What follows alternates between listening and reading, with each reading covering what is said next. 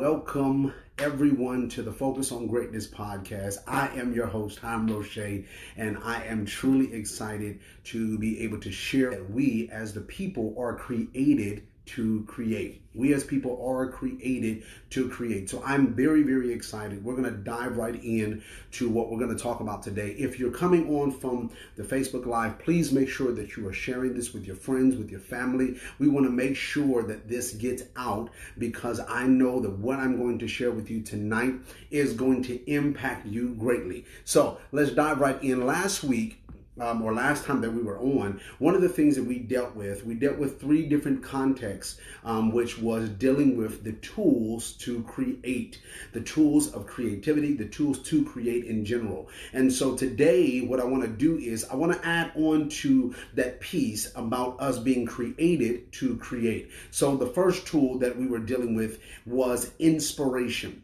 So that we are inspired to be able to do something. Coming out of the context of Genesis chapter 1, we read verses 1 and 2, and we understood by the Spirit moving over or hovering over the waters that he was doing these contexts. He was inspiring.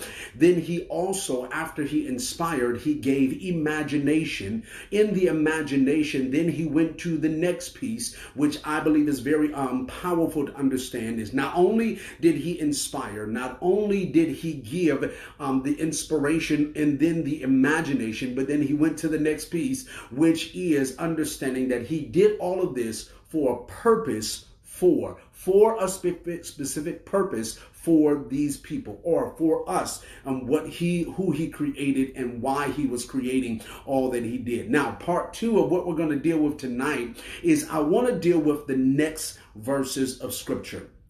Now, I'm going to read the first verse that we'll deal with, and really this is going to help us to tie along the context of conversation that we'll have on today. So today, I want to deal with doing it one day at a time. One of the things that I found out about creativity or about creating something is sometimes it's very, very difficult to be able to see something very large, to be able to see something in your imagination that has now expanded to be something very big to you, to be able to try to figure out how to make all of this happen. And sometimes what we do in the stress of trying to be creative, what we do sometimes is we try to make all things happen all at one time. But what we want to learn today is something that God is showing us of how he creates. Now, in Genesis chapter 1, we're staying in Genesis chapter 1. Let's dig right into verses 3. Hey, family, how y'all doing? I'm glad that y'all are coming on to this live. So in verses 3, we'll start there. It says, "And God said, let there be light. And there was light. And God saw the light, that it was good, and God divided the light from the darkness. And God called the light day, and the darkness he called night. And the evening and the morning was the first day." Now, I wanted to read this because it's something very powerful, I would say, and something that we all should be able to learn from this. Now, what do you mean is something powerful in this context? Now, in verses 2, which we read last time that we were together, in verses 2, it says this, "And the earth was without form and void, and darkness filled or darkness was upon the face of the deep." Now, let's stop here. What we realize in this moment is the first thing that God did after he had inspiration, after he was dealing with his imagination, and after he understood what his purpose was for, his focus for his creation, the first thing that he did was he created light. Now, I know you're saying, now how, Hiram, how is that very powerful? Because what we realize is the first thing that God did was created or made vision. Now, what I want us to be able to understand this concept. What is vision? Now, vision is a thought. Vision is a concept. Vision is an object formed by the imagination. It's something that is created from our imagination. Now, vision comes from the imagination. So in this vision, what God did is God did the first thing is he started with his vision. Now, I love this because part one of this Genesis that we see is that the first thing that God did was made light, and in him making light, he created again vision. But then the same context of conversation in this verse, it says, and he saw that it was good. Again, I'm going to say this again. It says, and he saw that it was good. He saw the light. God saw the vision that he just made, and he saw that that vision that he created was good. Now, this is where sometimes I feel that we come in this problem of complication. Is now we have our imagination, we have been inspired, we have a specific purpose of who we're creating this for, and then we start to create and write down vision for our families, vision for our businesses, vision for our churches, vision for our lives. We write all these visions down, but the question is, do we examine our vision? Do we take the time to do how God did here and examine our vision? Now, if we're not examining our vision, the reason why sometimes it does not succeed is because we did not go back to examine, did the vision go with the purpose? Did the vision go with who and what we are creating this for?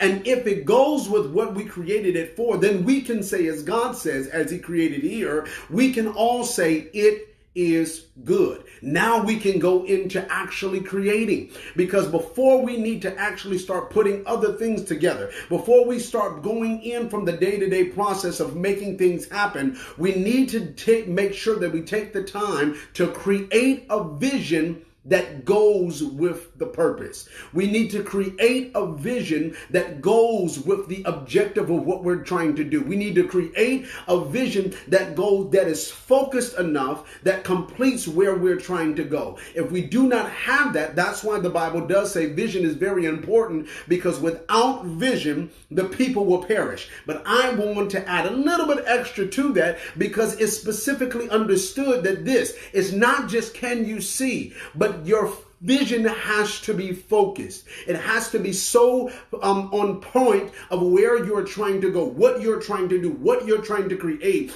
And as you have that vision, then that vision is what people can be able to stand upon. So now, since we have that floor plan, now let's go to this next piece. What we see in the remaining of this story, and I want you to take your time, I want you to be able to go back and actually read chapter 1 of Genesis. And I want you to read it in the lens of creativity. I want you to read it in the lens of a student sitting at his teacher's desk and being able to absorb what the teacher is showing you in his creative nature. I want you to make sure that you do that, because when you read this, you start to examine and see some things that I believe is very helpful to all of us, no matter what it is in our areas of life. This is very vitally important that we read and see this, because it's going to help us in this process of doing and being what God called us to do, and that is to be creative. Now, in this verse, in this chapter, the remaining of this chapter, what we see is now God creating. We see God creating different things. He's creating land. He's creating water. He's separating things. He's creating animals. He's creating trees and plants and all of these different things. And the Bible shows us that it took him 6 days to be able to create.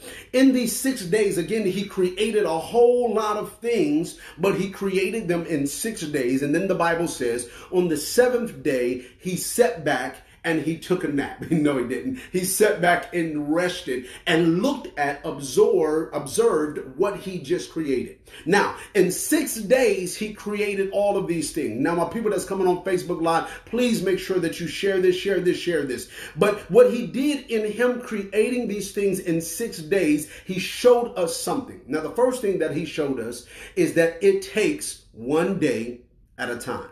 Now, this is God. This is the creator of all heaven and of earth, the one that literally spoke everything into existence. And in my mind, I say to myself, why would a God that can create anything, and he created all things, why would he need to do it in 6 days? It's because he's showing us a process. And the process that he's showing us is you need to take it one day at a time. Now, there's a story in the Bible, in the book of Genesis still, actually in the book of Genesis chapter 5, the conversation starts, but in chapter 6 is really where it builds up. And this is a story about a man named Noah. Now, this man named Noah, God came and spoke to this man and shared this dream that he wanted, or something that he wanted him to create. Now, what he was about to create, nothing like it had ever been seen. Nothing like it had ever been even known about. They didn't even know that this was even possible to make happen. But what we see is God asked Noah, I need you to build a boat. Now, I need you to build a boat because something else that has never happened before is about to happen. It's about to rain. That means water is about to come down from the sky and fall down. Now, in this time period, what they were used to is the water coming from the ground. They had never seen rain. They had never seen anything water coming down from the sky. So when Noah is now talking about this boat that God has told him to create, and he's telling them why God told him to create it, because there was about to be a massive flood that is coming. The people around Noah at this point of time did not believe in him. Now, I don't want to go there because that's a total different context of message, but I want to make sure that I throw that in because there are going to be moments in your creativity where other people cannot see what you see. There are going to be moments in your time of creativity where people are not going to believe in what you're creating, even though you're creating it for their safety. Now, again, that's a total different context of message, and I could preach that, but I want to make sure that I pin this point in here, is where what I end up studying and seeing is that it took Noah to create this thing that had never been created before. It took Noah, some theologians say, about 50 to 75 years to create this.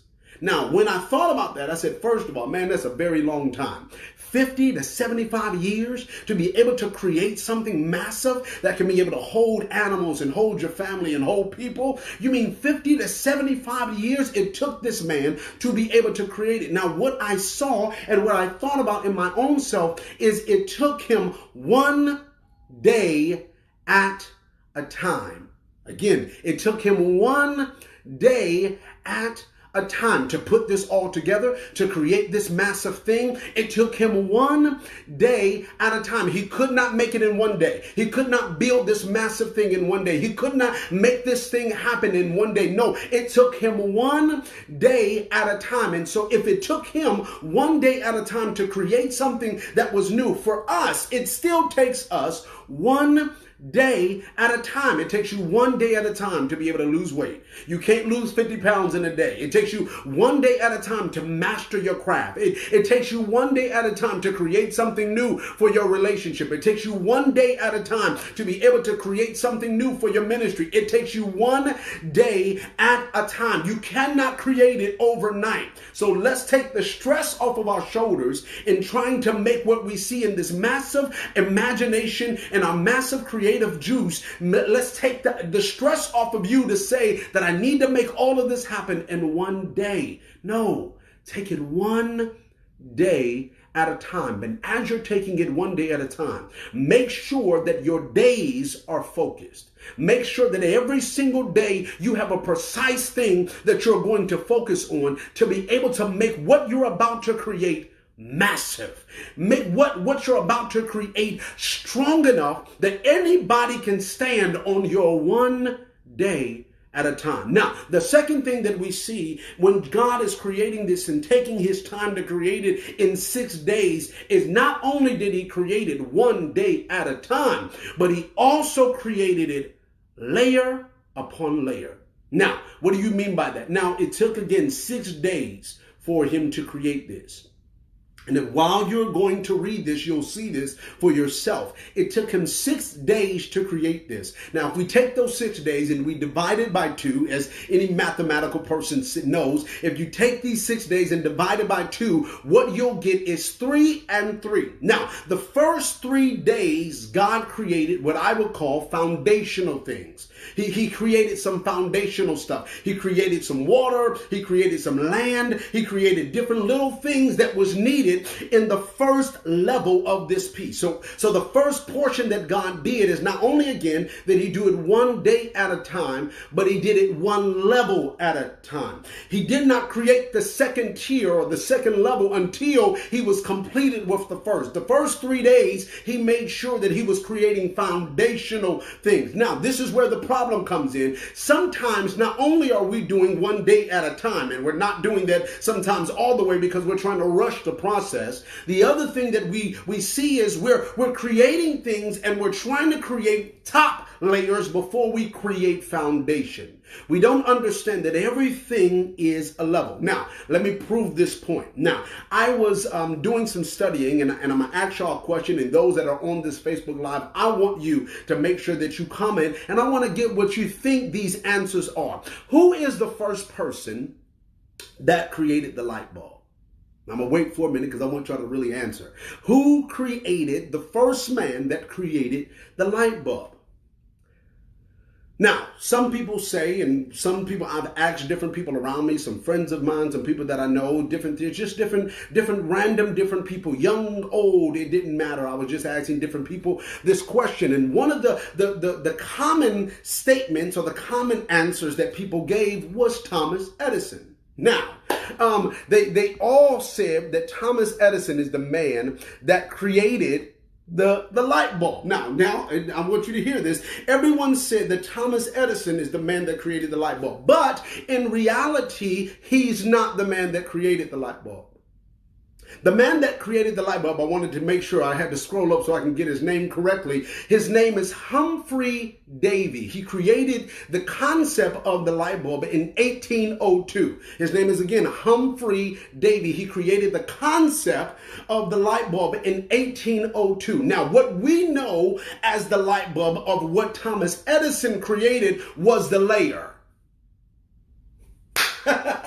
He took the foundation of what was created from Humphrey and what had been created of different people in different layers. They were layering. They were taking each level of it and was going from different levels to different levels, taking layer upon layer to create what we now know and experience and enjoy as the light bulb.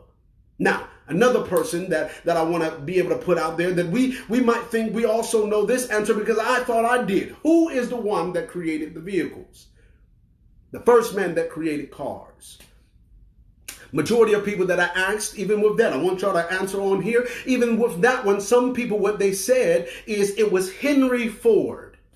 They say Henry Ford is the man that created the cars. He was the man that made cars what they are and all of those things. But really, when you study it out, it's not Henry Ford. The person is Carl Benz. This is where we get Benz, Mercedes-Benz from, and those popular cars that we know. Carl Benz is actually the first man that created a vehicle. But what we know is Henry Ford, because why? Henry Ford took it to the next layer, took it to the next level in the creativity. And we know him because what he did is he took the foundation from Carl Benz and added on to it, so then it became popular. Do you understand me? So what happens is sometimes we get frustrated because what we thought was the best portion of our creativity was only a part of the layer.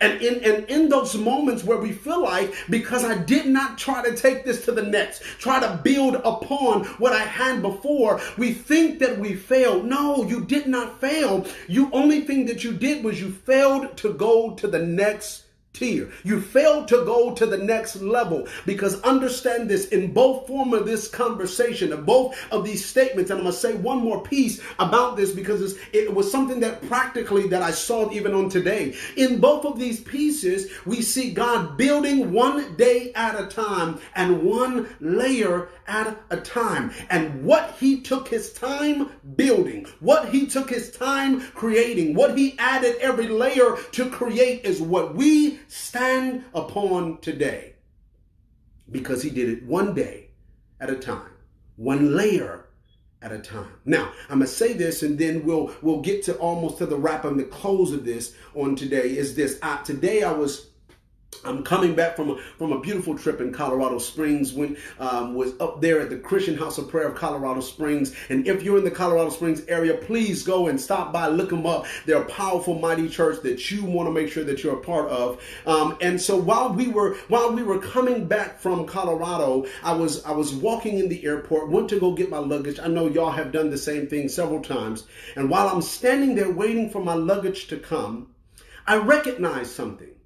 I was looking at people getting their bags, and I was looking at upstairs. When you're first coming off your flight or you're going in, you start seeing all these different things. You see people at tables with their computers plugged in and doing some work while they're waiting for their flight, or you see bookstores and you see food vendors and you see all of these different things. And what I was sitting there amazed by was that I realized that in one era of time, none of these things in here was here.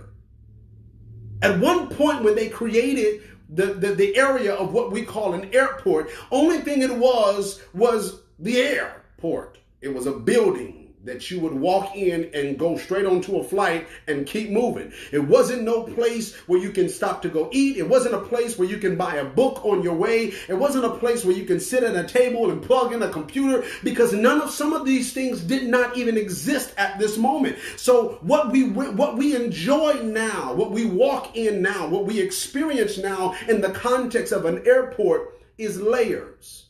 It was not their beginning. It's layers. And every season, every time, every moment, we see that they're improving, they are layering, they're adding on to some form of foundation. And we enjoy the benefits. Because why? They took it one day at a time and built it layer upon layer, so that you and me can now stand upon what they have built. So you, me, us, understand what God shows us in Genesis chapter 1 is something very phenomenal, something very powerful. You start with your tools, which is your inspiration, which is your imagination, which is your focus purpose. But then we have to add on to it, because now your imagination gives you a focused vision. And after you have recognized that this vision goes with your purpose, you can start creating something mighty that will last. Understand, what he envisioned, we still sit on today. It has not went away. It has not went nowhere. We're still enjoying the benefits of what he created.